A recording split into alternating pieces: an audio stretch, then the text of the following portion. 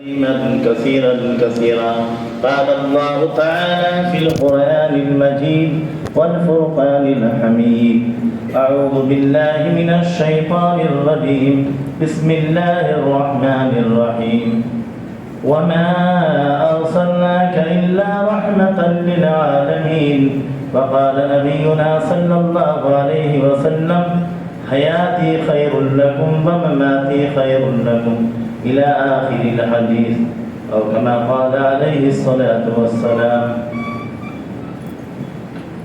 محترم سامعین کرام، معزز بزرگوں، دوستو، اس وقت میں نے آخرہ خدمات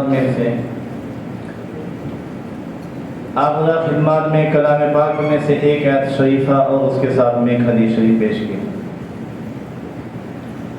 کلام پاک کی یہ آیت مبارکہ ہے جس میں اللہ سبحانہ تعالی نے فرمایا کہ ہم نے محمد صلی اللہ علیہ وسلم کو تمام جہانوں کے لیے رحمت بنا کر بھیجا. وما ارسلناک الا رحمتا للعالمین. تو آپ صلی اللہ علیہ وسلم تمام دنیا کے لیے رحمت ہے،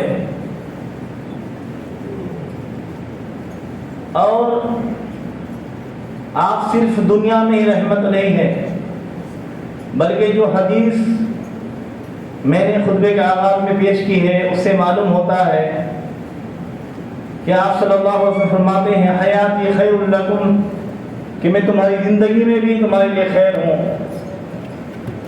ومماتی خیر لکم، اور موت کے بعد بھی آپ صلی اللہ علیہ وسلم ہمارے لیے رحمت خیر ہے. اب ہماری زندگی میں آپ صلی اللہ علیہ وسلم کس طرح سے ہمارے لیے رحمت ہے. سب سے پہلے ہم یہ جانیں، ایک تو اس لیے رحمت ہے کہ اللہ سبحانہ و تعالیٰ نے کم و بیش 1,24,000 پیغمبر بھیجے. ان پیغمبر کی امتیں تھی، کسی امت کو بھی اللہ سبحانہ و تعالیٰ نے خیر امت نہیں بتایا. صرف آپ صلی اللہ علیہ وسلم کی امت کے بارے میں فرمایا کنتم خیر امت اخرجت للناس تأمرون بالمعروف. تم خیر امت ہو، سب سے بہترین امت ہو جو لوگوں کے لیے پیدا کی گئی. اخرجت للناس تأمرون بالمعروف، اس لیے کہ تم اچھائی کی طرف بلاتے ہو، وتنہون عن المنکر، اور لوگوں کو برائی سے روکتے ہو. تو آپ صلی اللہ علیہ وسلم کی جو امت ہے یعنی مسلمان ہے، یہ آپ صلی اللہ علیہ وسلم کی امت ہونے کی وجہ سے، کیونکہ آپ کی امت ہے اس لیے یہ سب سے بہترین امت ہے. کنتم خیر امہ. اور پھر یہ امت ہے جس کو قیامت میں یہ شرف حاصل ہوگا کہ امت دوسرے انبیاء کے بارے میں گواہی دے گی. دوسری جگہ اللہ سبحانہ وتعالی فرماتے ہیں وَكَذَلِكَ جَعَلْنَاكُمْ أُمَّةً وَسَطًا لِتَكُونُوا شُهَدَاءَ عَلَى النَّاسِ، کہ متوسط امت ہے. اور قیامت میں جب دوسرے انبیاء کی امتیں ان کو جھٹلائے گی،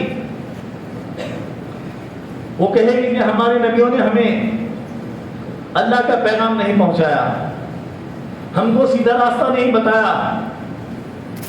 تو اس وقت امت محمد یا گواہی دے گی کہ یا اللہ، کہ انہوں نے، ان کے نبیوں نے ان تک آپ کے پیغام کو پہنچایا، آپ کے کلام کو پہنچایا. تو کہے گی اس وقت ان کا وجود بھی نہیں تھا. تو امت محمد کہے گی کہ ہمارا وجود نہیں تھا، لیکن ہم پر جو ہمارے نبی محمد صلی اللہ علیہ وسلم کلام لے کر آئے تھے، اللہ نے جس کلام کو نازل کیا تھا اس میں ہم کو بتایا گیا تھا، یعنی قرآن شریف میں. تو چنانچہ آپ صلی اللہ علیہ وسلم کی امت کی گواہی قیامت میں قبول کی جائے گی. تو دیکھیے آپ صلی اللہ علیہ وسلم کی امت ہونے کی وجہ سے خیر امت بنے. اور یہی نہیں، دوسرے انبیاء کی امت جب گناہ کرتی تھی تو اللہ سبحانہ و تعالیٰ ان کے اوپر بڑے بڑے عذاب بھیجتے تھے۔ نوح علیہ السلام کی امت کو لیجئے، جب نوح علیہ السلام کی امت گناہ کرنے لگی اور وہ حد سے زیادہ تجاوز کر گئے تو اللہ نے ان کو سیلاب کے ذریعے سے ختم کیا۔ سیلاب آیا، اتنی بارش پڑی کہ وہ تباہ ہو گئے، صرف ایمان والے اور حضرت علیہ السلام بچے۔ تو جب انہوں نے گناہ کیا تو اللہ نے ان کو عذاب سے ہلاک کیا، سیلاب کی شکل میں عذاب آیا۔ اسی طرح سے جب لوط علیہ السلام کی امت نے اپنے نبی کو نہیں مانا، ان کی بات کو نہیں مانا اور وہ لوطی عمل کرتے رہے، یعنی عورتوں کو چھوڑ کے مردوں کے پیچھے پڑے رہے، ان کے نبی نے حضرت لوط علیہ السلام نے ان کو منع کیا، لیکن منع کرنے کے باوجود وہ اپنی اس حرکت سے باز نہیں آئے تو اللہ نے ان پر پتھروں کی بارش برسائی۔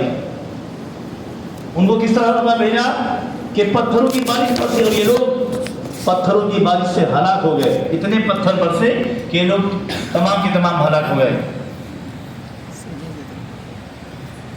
تو دیکھیے جب انہوں نے گناہ کیا تو اللہ نے کس طرح سے ان کا عذاب دیا۔ اسی طرح حضرت داؤد علیہ السلام کے قوم،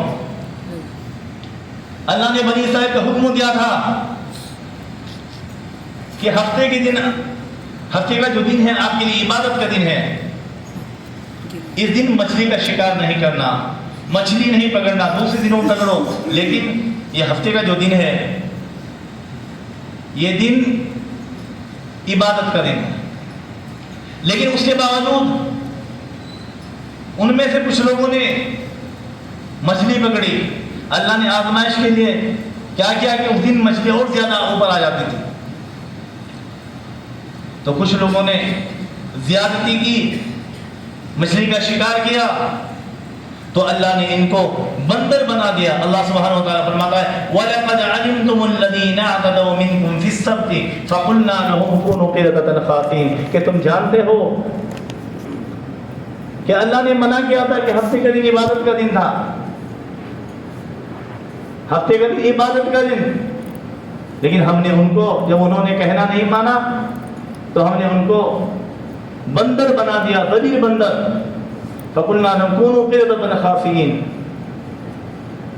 تو یہ گناہ کی سزا ملی ان کو۔ لیکن آج آپ صلی اللہ علیہ وسلم کی امتی مسلمان کتنے گناہ کرتے ہیں،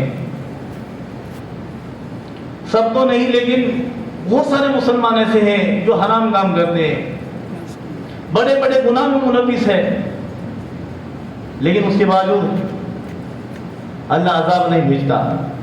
جس طرح پہلی امت کو ہلاک کیا، اس طرح سے آپ صلی اللہ علیہ وسلم کی امت پر عذاب نہیں آتا۔ کیوں؟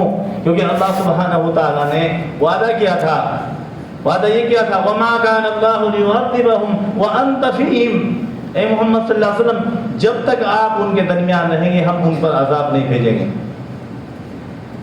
وَمَا كَانَ اللَّهُ لِيُعَذِّبَهُمْ وَأَنْتَ فِيهِمْ وَمَا كَانَ اللَّهُ مُعَذِّبَهُمْ وَهُمْ مُسْتَغْفِرُونَ، یا پھر آپ نہیں گے اور وہ لوگ استغفار کرتے رہیں گے، تو جب تک وہ استغفار کریں گے ہم ان کے اوپر عذاب نہیں بھیجیں گے۔ یہ کتنا بڑا فرق ہے کہ پہلی امتیں، پہلے نبیوں کی امتیں جب گناہ کرتی تو اللہ ان کو ہلاک کر دیتا تھا، دنیا میں عذاب بھیج دیتا تھا، آخر میں عذاب ہے ہی، لیکن اس امت کے اوپر شفقت دیکھیے، آپ صلی اللہ علیہ وسلم کی امت ہونے کی وجہ سے اللہ عذاب نہیں بھیجتا۔ اسی طرح سے اس امت کو اللہ سبحانہ و تعالیٰ نے لیلۃ القدر عطا فرمائی، جو دوسری امتوں کو نہیں ملی، کہ سال میں ایک بار ایک رات آتی ہے لیلۃ القدر، اگر اس میں صرف ایک رات میں عبادت کرو گے تو 1000 مہینوں کے برابر، یعنی 83 سال کے برابر تم کو ثواب ملے گا۔ گویا تم نے 83 سال عبادت کی، تو یہ شرف بھی آپ صلی اللہ علیہ وسلم کی امت کو حاصل ہے۔ تو اس لیے آپ صلی اللہ علیہ وسلم ہمارے لیے رحمت ہے۔ اللہ فرماتا ہے وَمَا أَرْسَلْنَاكَ إِلَّا رَحْمَةً لِلْعَالَمِينَ، تو یہ تو دنیا میں، پھر آپ صلی اللہ علیہ وسلم فرمایا وَمَمَاتِي خَيْرٌ لَكُمْ، موت کے بعد، مرنے کے بعد آپ ہمارے لیے خیر. وہ کہتے ہیں وہ اس طرح سے کہ جب بندہ مر جاتا ہے، اب قبر میں رہتا ہے، تو بندے کے اعمال ہر پیر اور جمعرات کے دن آپ صلی اللہ علیہ وسلم کے سامنے پیش کیے جاتے ہیں. آپ صلی اللہ علیہ وسلم جب نیک اعمال کو دیکھتے ہیں تو خوش ہوتے ہیں، اور جب برے اعمال کو دیکھتے ہیں تو اپنی امت کے لیے استغفار کرتے ہیں. تو دنیا میں بھی رحمت، قبر میں بھی رحمت، اور پھر آخرت میں بھی رحمت. کیونکہ جب اللہ سبحانہ و تعالیٰ نے قرآن میں فرمایا وَلَسَوْفَ يُعْطِيكَ رَبُّكَ فَتَرْضَىٰ، اے محمد صلی اللہ علیہ وسلم ہم آپ کو اتنا دیں گے کہ آپ راضی ہو جائیں گے. لیکن اللہ نے یہ واضح نہیں کیا کہ کیا دیں گے اور کتنا دیں گے. فرمایا کہ اتنا دیں گے یعنی بے حساب دیں کہ آپ راضی ہو جائیں گے، لیکن اس کی مقدار اور وہ کیا چیزیں متعین نہیں کی.